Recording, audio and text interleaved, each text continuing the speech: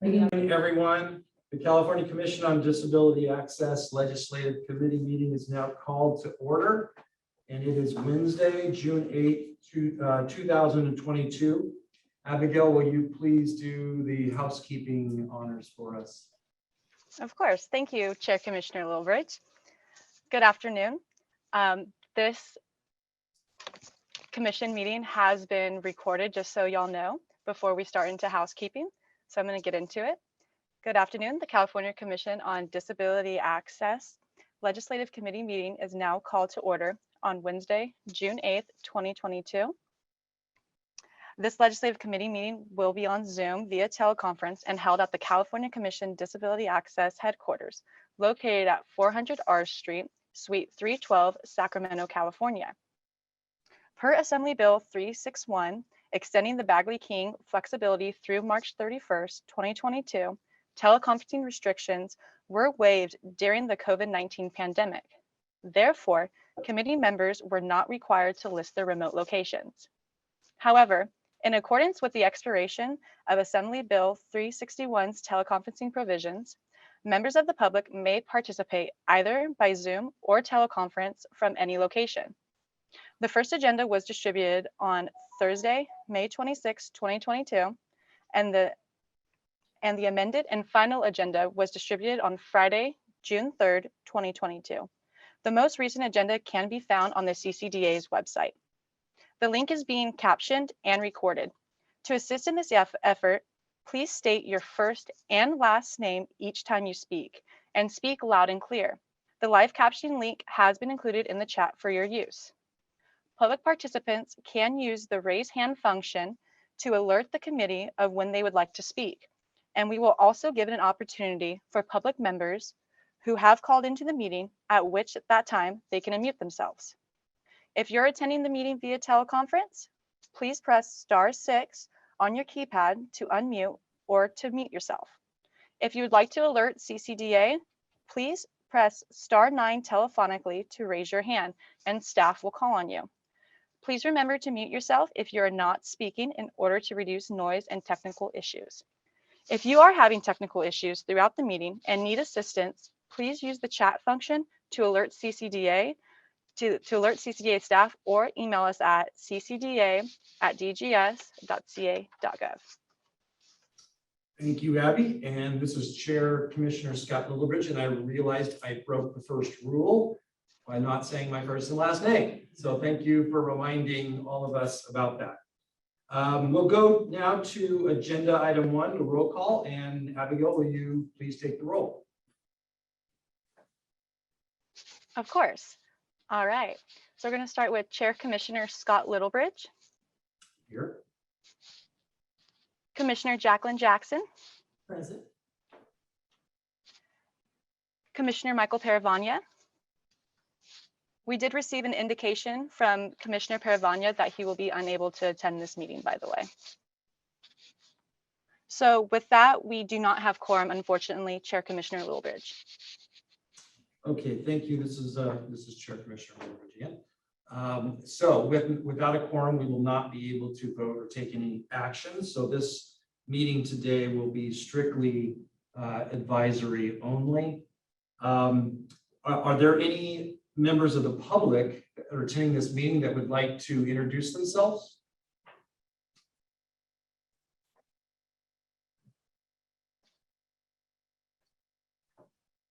If anybody's introducing themselves, they might be on mute, so you might want to unmute yourself. Okay, hearing nobody, we'll move on to Commissioner Lillibridge, Sure. We actually have another commissioner that is here joining us. We have one of our new commissioners raising their hand. Yes, All right. thank you, Abigail. My name is Hector Ramirez. I'm an incoming commissioner. I'm definitely glad to be joining you all today, coming to you from Los Angeles County. Outstanding. Welcome, Commissioner Ramirez. I look forward to meeting you in person one of these days. Definitely, likewise. All right. If there are no other introductions of anybody, we will move on to agenda item number 2. And since we do not have a quorum, we actually cannot vote on our minutes from the February 9th, 2002 meeting. Therefore, we will hold that for our next meeting and move on to agenda item number 3. And that is the place in our agenda where if anybody from the public would like to make a comment about anything that's not on our agenda for today, you're welcome to raise your hand and one of our staff will unmute you and you can make your comments. And again, these are comments that aren't directly related to any of our agenda items for today.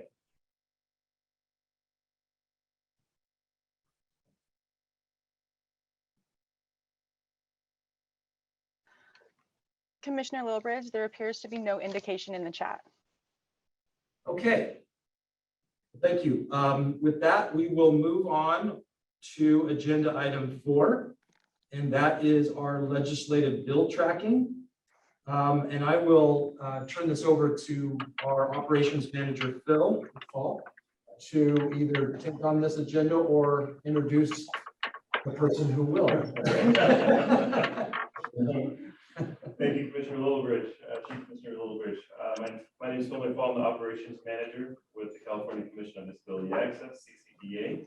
And I would like to now introduce our DGS Legislative Counsel, Karina Roy. Karina, are you available? Yeah, hi Phil. This is Karina Roy. I'm a legislative consultant with the Department of General Services Office of Legislative Affairs. I'll go ahead and go through the bills listed in agenda item number 4, starting with AB 1604 by Assemblymember Holden, known as the Upward Mobility Act of 2022. This bill is essentially a reintroduction of AB 105 from last year, which was vetoed by the governor. This bill requires that beginning Jan 1, 2023, all state boards and commissions consisting of 1 or more volunteer members have 1 volunteer member from an underrepresented community as defined. The provision would only apply as vacancies naturally occur. The requirement applies only to a vacancy appointment by either the governor, the chair of a board or commission, the speaker of the assembly, the president pro tem of the Senate or Senate Rules Committee, or any combination thereof. An underrepresented community member, as defined, includes individuals who self-identify as Black or African American, Hispanic or Latino, Asian or Pacific Islander, Native American, Native Hawaiian, Native Alaskan, LGBT, veterans, and the physically or mentally disabled persons as defined under section 12926 of the Government Code. This bill has additional provisions that affect the State Personnel Board and would require the board to investigate complaints filed by employees in the state's agency's EEO program. It would also require complaints be investigated by other civil services employees, applicants, or members of the public which allege violations of civil service law, and report, the State Personnel Board has to report those findings. This bill has passed from the Assembly and is now in the Senate awaiting assignment to a policy committee. The next bill we have, AB 1733 by Assemblymember Quirk, is essentially stalled. This bill would modify the Bagley-Keene Act to specify that a meeting under the act includes a meeting held entirely by teleconference and would require all open meetings to be held via teleconference. The body must provide the public with the means to remotely hear and observe the meeting, as well as two-way audiovisual platform or telephonic service, so that the public can participate in the meeting. Pardon me. The bill would strike the requirement to notice the physical location of each commissioner if that commissioner is participating remotely, and it would not require commissioners' presence in a single physical location to establish quorum. However, the bill would require that for each meeting, the state body must provide a physical location accessible to the public. The meeting's agenda must be posted 10 days in advance of the meeting on the state body's website, as well as at the physical meeting location. And the notice must specify the means by which the public can remotely participate in the meeting. And while the notice does not have to disclose a remote location of a member who is participating, any member who does attend remotely has to disclose whether or not there's an individual 18 years or older in that same room with them. If the body discovers during remote transmission that the transmission has failed and it can't be rectified, then the body needs to adjourn, notify the participants, and then notify the participants of when the body intends to reconvene and how the public can rejoin that meeting. As I said, this bill was never heard in an assembly policy committee, so it appears to be stalled out for this year. It's had no movement whatsoever since it was introduced.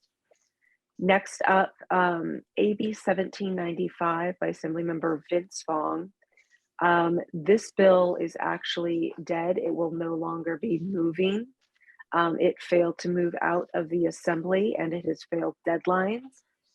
So it will no longer be moving forward. DGS will no longer be tracking this bill.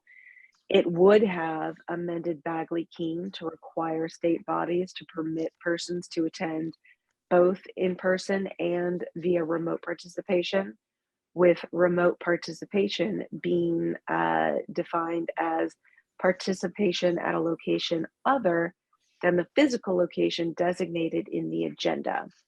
Again, this bill is dead for the legislative season and DGS will no longer be tracking it. The next bill, AB 2164, has been amended and it no longer affects DGS and either the state architect or CCDA directly. This bill would make permanent the increased fees imposed on local business permits or building permits imposed by AB 1379, a bill from 2017. It was amended just this May 19th to require only local jurisdictions to use a portion of those funds to provide financial assistance to small businesses for construction of physical accessibility improvements. It was also amended at the same time to remove the DSA CCDA dual reporting requirement on the use of those funds. Instead, DSA can share the local reports directly with CCDA. So DGS will no longer be tracking this one as DGS has been removed from the bill at this point.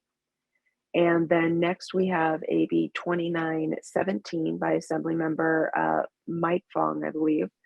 And this bill would add complaints related to internet accessibility to the types of accessibility related complaints which attorneys must submit to CCDA. It would also require CCDA to develop educational materials related to accessibility standards for websites. This bill has passed into the second house and it is set for hearing in the Senate Judiciary Committee on June 9th. And finally, we have AB 2962 by the Assembly Committee on the Judiciary. And this bill was amended May 4th to now require CCDA to develop an educational toolkit for businesses to use to understand construction-related accessibility violations in parking lots and exterior paths of travel. And the bill requires these toolkits to be completed for July 1st, 2023. And the bill is set for hearing in the Judiciary Committee for June 21st. And that is it for the bills that we are tracking. Okay, thank you very much for that. This is Commissioner Wilbur. Thank you very much for that thorough report. I'm going to ask right now, do any of our subcommittee members have any questions, comments with regard to these bills? I'll extend that to Commissioner Ramirez as well. Any questions or concerns? Chair, Go ahead, please. my apologies, Chair Commissioner Lillibridge, I didn't see any hands raised. Okay, great. So if there are no comments from the public, we'll move on to our next agenda item. And that is agenda item number 5, and that's a report on our CCDA legislative one-sheet piece. And I believe our operations manager, Phil McFall, will give us a report on that. Thank you, Chair Commissioner Lillibridge. Yes, I'd like to speak with everyone about the legislative one-page sheet. We've developed it. Actually, it's still currently under the purview of the Office of Legislative Affairs, so it's still being reviewed at this time. So we're currently waiting on feedback from the Office of Legislative Affairs as to the next steps on that document. So we are in a holding pattern with that. That is included, I believe, in the meeting materials. We'll take a look at it, but again, it's still under review. And once we get more information, we will update the commission. Thank you. Great. Thank you, Phil. This is Commissioner Lillibridge again. And once again, I'll open it up to comments to our subcommittee and other commissioners that are present today. Any questions or comments? Hearing none. Are there any comments from the public? Anybody like to raise their hand?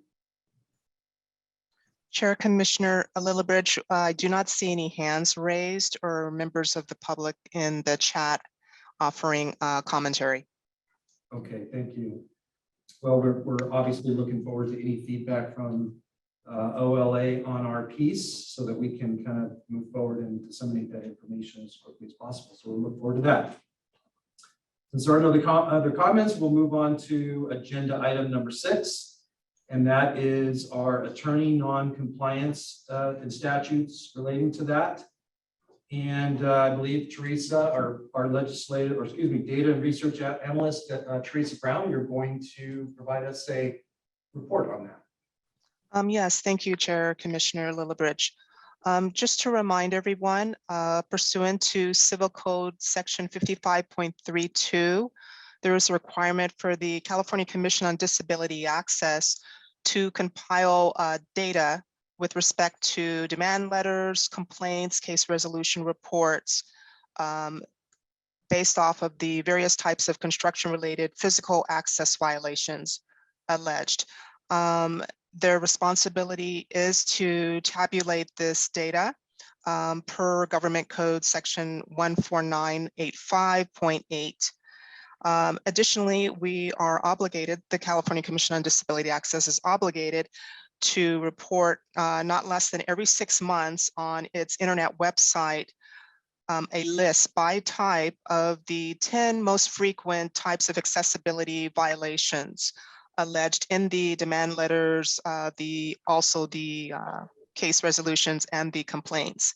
And we are also required to develop and disseminate educational materials and information to promote and facilitate disability access compliance. And then this is in accordance to Government Code Section 14985.6, number A. We, as a commission, are also required to work with other state agencies, including the Division of State Architect and the Department of Rehabilitation, to develop those educational materials and provide information for use by businesses to understand their obligations to provide disability access in the facilitation of compliance with construction-related accessibility standards. And additionally, we are required as a commission to develop and make available on our internet website including ADA information regarding ADA centers, toolkits, educational modules, and to assist California businesses in understanding the law as far as facilitating compliance with the top 10 alleged construction-related violations. And upon completion of this requirement, our obligation is also to develop and make available on our internet website other toolkits, educational modules that educate the businesses of the accessibility requirements and to facilitate compliance with that requirement. At this point, I will shift back to you, Chair Commissioner Lillibridge. Great, thank you. This is Scott Lillibridge, Chair, Commissioner Lillibridge, and I'm going to open it up for comments and questions to our commissioners in attendance. Please go ahead, John. This is Commissioner Jacqueline Johnson. Do we keep numerical data by year of the number of complaints that come through? And do we also keep records of, or have the capacity to keep records of the number of downloads or people that have requested or access information? Chair Commissioner Lillibridge, would you like me to comment on Commissioner Jackson's question? Yes, please. Yes, thank you, Commissioner Jackson, for the question. We are also obligated to provide the data that we collect as far as how many case resolution reports that we've received, case files, as well as demand letters, pre-litigation letters through our annual report to the state legislature. So we do track that information. This is Chair Lillibridge again. I think a clarification, Teresa, it's my understanding, this has kind of been the bugaboo for the CCDA since its inception, and that is that we can only collect the information that was provided by attorneys. I think we can glean number of cases and whatnot through, I can't remember the name of the system. Sure, yes, I understand, through our legal portal. So you have brought up a very pertinent aspect, that the information that we are reporting and the data that we're reporting through the to the state legislature, that is only the data that is being put into the portal. We are currently working on several discussions with legal associations, the California State Bar, as well as other disability access associations to help educate the public regarding Civil Code Section 55.32 and their obligations and their knowledge of the fact that we do have a legal portal and what their obligations are to report those cases. So thank you, Commissioner Jackson, for the clarification, or asking for the clarification. The reporting that we provide in the annual report only is what we have in our legal portal that's submitted, but it does not represent all of California cases that are coming through our legal portal. So there is a discrepancy with what we have in our legal portal compared to the cases that we still need to have access to for attorneys that are not being compliant with Civil Code Section 55.32 and submitting those cases into our legal portal database. This is Commissioner Jacqueline Jackson with another question. I am hoping that the numbers decrease as individuals, corporations, entities utilize our toolkits. And I see that as a preventative measure, and I hope that some kind of way will be reflected, that things will get better as we're giving toolkits. Thank you. Thank you. Go ahead, Teresa. Oh, no, I was just thanking Commissioner Jackson for the question and the hope as well that our toolkits that we're currently working on will provide a decline in the amount of alleged construction-related violations based off of businesses' knowledge of their obligations. Right. Yes, thank you, Commissioner Jackson, for bringing that up. And thank you for the clarification, Teresa. I think, excuse me, this is Commissioner Lillibridge again.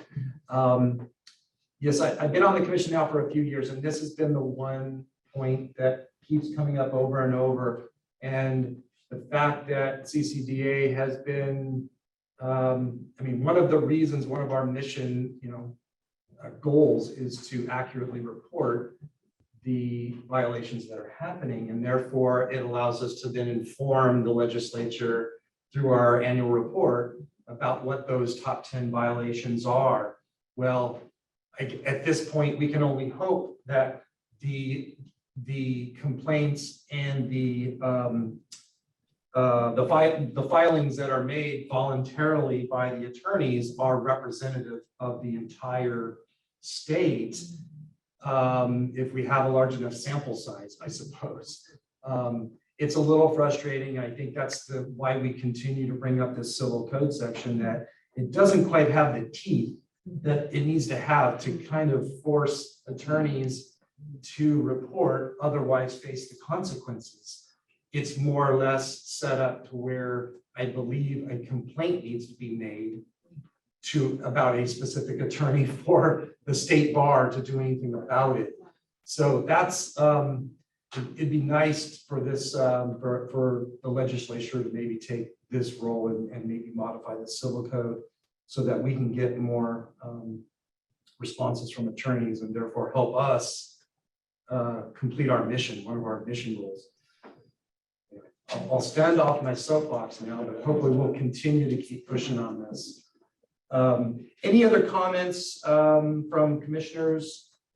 And I will open it up to the public at this point. Anybody would like to make a comment with regards to this report?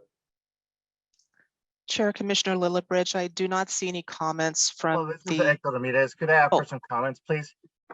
Thank you. Earlier on, when you were discussing the tracking of the bills, I had put it in the chat. I had a particular question regarding AB 1990, and I was particularly, as you mentioned, the lack of teeth for many of our disability related laws. This particular bill is something that Disability Rights California and some of our other agencies are tracking to be able to partner with CCDA and similar state entities to be able to look at a lot of the disability related laws, as the ones that you just mentioned, to further evaluate their abilities to actually provide oversight and enforcement. And so I wasn't sure in the material, because I accidentally lost it really quickly, if this particular body is involved or tracking right now AB 1990, particularly to advance the comments that were just presented by, I believe, by the Chair Commissioner. If you don't mind, this is Karina Roy with DGS. AB 1990 is actually dead. It did not make it out of the Assembly Appropriations Committee, so we're not tracking it. It was put in the suspense files, and then it died. Is that what I'm understanding? Correct. It did not make it out. So it usually, if it dies in appropriations, it's usually they do their decisions on whether or not to let it out of appropriations, sort of in committee. And so we don't know exactly what happened there, but all we can say is it failed the deadline and it is not moving on to the second house, and it is done for the year. So no, we're not tracking it. Thank you for that clarification. Mm-hmm. Thank you, Ms. Roy. This is Commissioner Lillibridge again. Ms. Roy, do you recall which legislator was sponsoring that bill? That's Arambula. Okay. All right, thank you. Any other comments from the public on this particular agenda item? Chair Commissioner Lillibridge, I do not see any comments in the chat or hands raised from members of the public regarding this agenda item. Okay, thank you, Ms. Brown. We will then move on to item 7, agenda item 7, Assembly Bill 2917, and I believe Ms. Pardon me, Chair Commissioner Lillibridge. We also have item number 6B the educational tools to assist attorney compliance with statutes. I'm sorry, I totally skipped by that, Ms. Brown. Please. No please problem. Continue. So as I had touched slightly with item number 6A, with item number 6B, the educational tools to assist attorney compliance with statutes, we have drafted several letters that we would like to introduce at an appropriate time to the legal community, as well as the California State Bar, in addition to disability access, human associations and advocacy groups as well. And then in addition to that, we are also updating our portal database. It currently has gone into production. Specific field descriptions that will help attorneys to make more accurate selections as they are submitting their case resolutions, their case files, and their pre-litigation letters. And that is our, if Abby, I could defer to her as well, and what we are working on as far as the educational tools to provide additional attorney compliance, if she has any additional comments as well.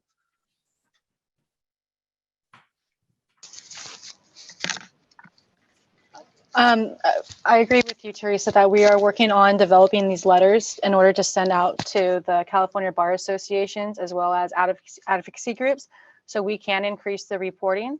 So we are in the works of revamping these letters so they can get sent out, and then we will bring them to the committee once we have some substance with them.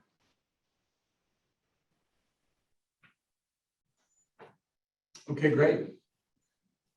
Do we have any further comments on what Teresa and Abigail have reported on? Anyone from the public would like to comment? Chair, Commissioner Lillibridge, I do not see any commentary from the public, any hands raised or members in the chat offering commentary. Okay, great, thank you. So am I correct? Are we on agenda item number 7 now? Yeah. Here we are. Right. Thank you. With that, then we'll turn it back to Ms. Brown, Ms. Teresa Brown, to inform us on Assembly Bill 2917. Yes, as you remember from item number 6A, I had provided some information regarding Civil Code Section 55.32.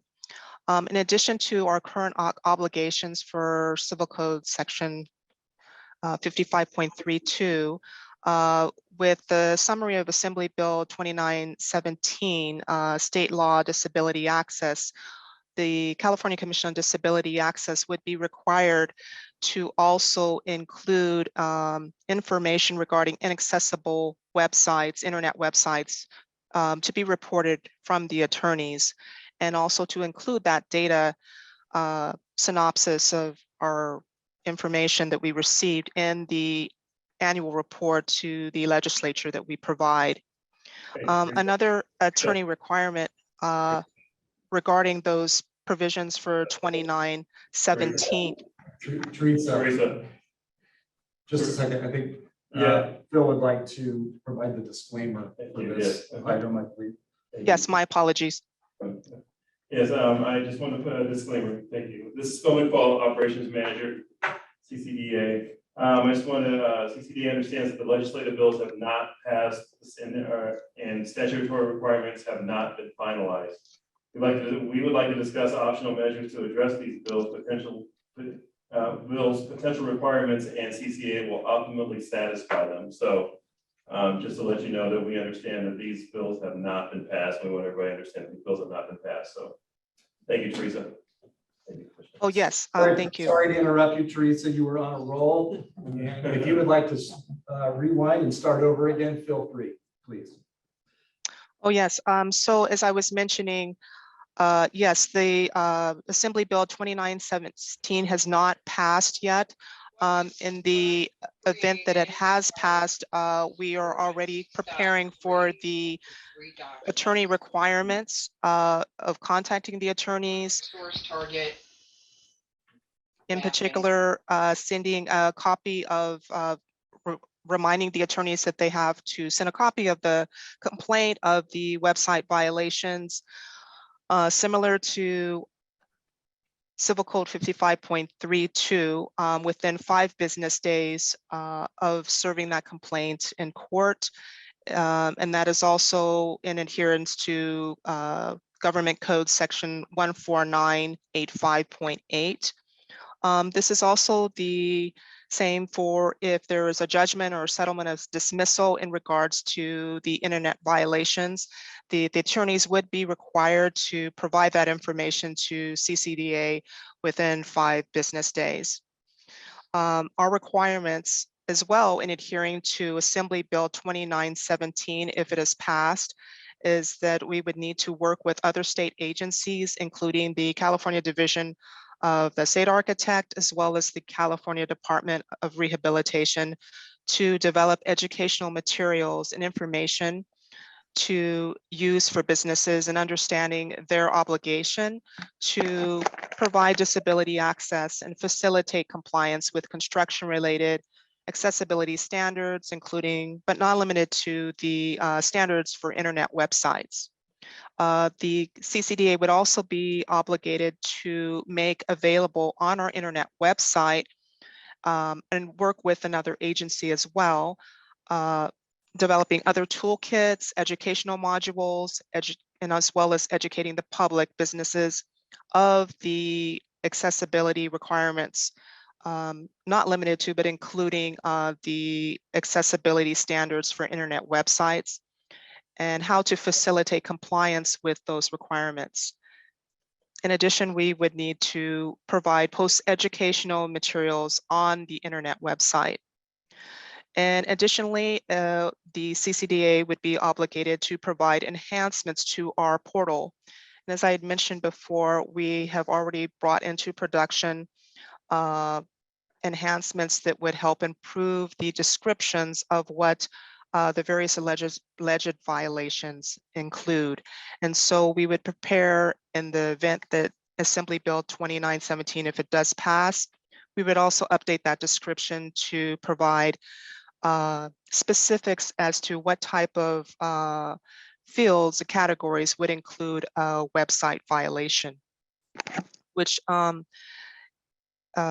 could include the lack of providing a large print, providing lack of sign language interpreter options, the lack of access to screen readers, the lack of providing a reasonable accommodation policy on the website, lack of providing or eliminating the non-readable text to assist legally blind or visually impaired individuals, among other aspects of inaccessible websites. And currently, we are in discussions with the California Department of Rehabilitation in regards to preparing for future partnerships in order to comply with this Assembly Bill 2917, if it is passed. Great, thank you for that report. This is Commissioner Lillibridge again. I guess I have a question. You know, with regards to, obviously, this is a bill that's being initiated in California. And, you know, with regards to construction-related accessibility claims, those are pretty cut and dry. I mean, it's physically located in the state of California. What are the ramifications of the fact that the internet is borderless? And, you know, how will these internet accessibility violations be, I guess, enforced if this website is, you know, I don't know if it's the server is not in California. I'm not articulating my question very well, but I'm just wondering how does that consideration of the borderless internet relate to a potential California law? Commissioner, this is Karina Roy with DGS OLA. Not to overstep, but complainants can file both in state court and federal court. So even if the server or the website or the headquarters are somewhere else, it is possible, I'm assuming, to file a federal complaint in California. Or if the company is doing business in California via the internet, that might be another way that they could have jurisdiction. But because you can file disability claims in either state or federal court, then I think that would lend itself to that jurisdiction question that you were talking about. Okay, thank you, Ms. Roy. Now, so is there a similar federal law other than the ADA civil rights law? Is there another current law that's at the federal level that is comparable to this particular bill? To your knowledge? I don't know if there is or not at the federal level. I would imagine so, but I couldn't point to it right now. Okay, thank you. With that, are there any other questions from our committee members or other commissioners that are on the call? Sure, Commissioner Lillibridge, I do not see any commentary, hands raised or whatnot for commissioners, subcommittee members. Any comments from the public? Chair Commissioner Lillibridge, I do not see any indication in our chat as well as hands raised from the public. This is a very intriguing bill. Obviously, we've talked about this in our previous full commission hearings.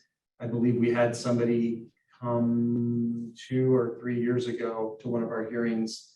I think when we were in Los Angeles, pre-pandemic, of course, and did an excellent presentation. I think it's probably, I'd like to recommend that we get this on the agenda for the full commission meeting to kind of get an update of a similar nature on how, how we are doing what we can to help, internet, I guess, web developers that are out there. And I'm not sure what type of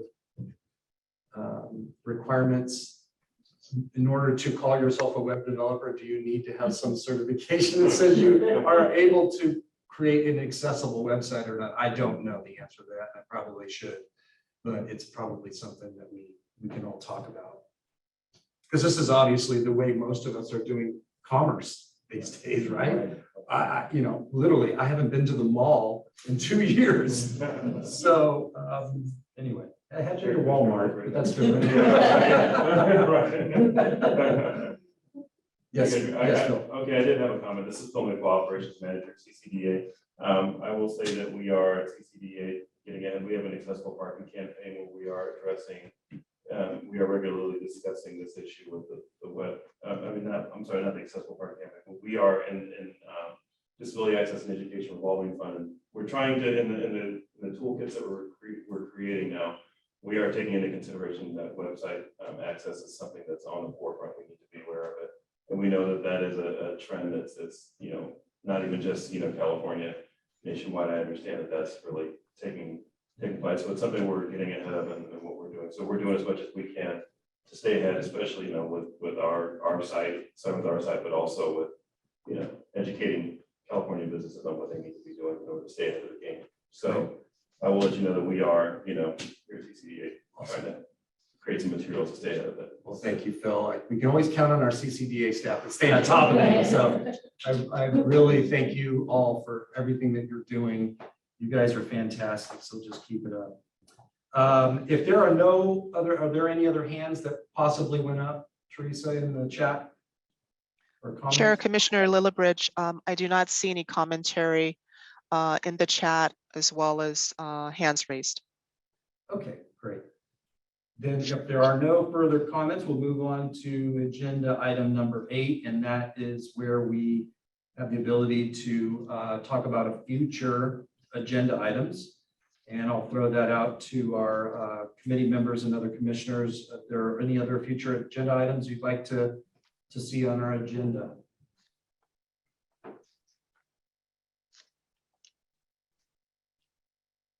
Any future agenda items from folks on the from the public? Any items that you'd like to see on a future agenda? Chair Commissioner Lillibridge, I do not see any hands raised from members of the public or any indications in the chat. Okay, thank you, Ms. Brown. As a reminder, the next legislative committee meeting is scheduled for Wednesday, September 7th, 2022, from 1:30 to 3 p.m. The next subcommittee meeting is designated for our checklist committee, which will be held on Wednesday, June 22nd, 2022, from 1:30 to 3 at the CCDA headquarters here at 400 R Street, Suite 312 in Sacramento. With that, we will move to agenda item number 9, and that is our move to adjourn. Please, we have another comment. Okay, thank you. My name is Janita Griffin Coleman. I'm assisting Commissioner Jackson. One of the items that I would like to see, as I see that communication is a key to navigating our world, is as mobility as cell phones and touchscreens are becoming more of a platform of use. How do we provide resources, or is there certain equipment that people that are visually impaired or have certain disabilities can utilize screens when there's not ability to have braille on a flat surface or a screen, or as iPhones and other mobile carriers have devices, are there any specific type of resources, or is there a list or an inventory list to provide people that have communication friendly devices for our disabled residents and community? It'd be nice to have a list or some resources to be able to communicate that or share, or even put on the website Okay, for access, communication access. great comment. Thank you. I see staff furiously writing that down. And I'm sure that will end up on one of our future agendas, either at this subcommittee or maybe in our full commission hearing. It would be a good topic actually to have a guest speaker Yeah. come talk about those types of capabilities in technology. I'll say, quote, dumb as a rock when it comes to technology. So I'm always interested to hear what the new technology is out there, because it's beyond what I can actually imagine that it can be. I mean, I know how to talk to my phone, and it'll type what I say. It usually doesn't interpret my voice correctly, and I have to change it manually anyway. But that's probably more my fault than the technology's fault. So yeah, great topic. Thank you for bringing that up. I think that'd be an excellent agenda item. So back to agenda item 9, and we will. I'm going to move that we adjourn. And do we have a second? Commissioner Jackson, second. Okay. Oh, are we allowed to actually take an action on adjournment? Because we don't really have a quorum. We forgot we don't have a quorum. So I guess we just say goodbye and we go our separate ways.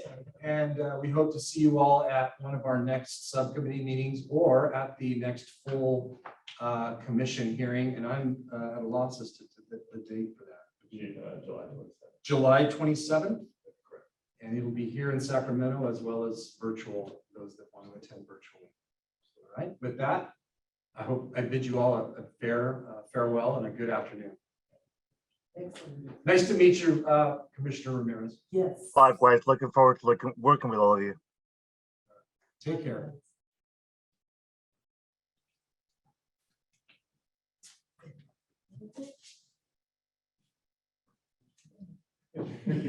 Thanks.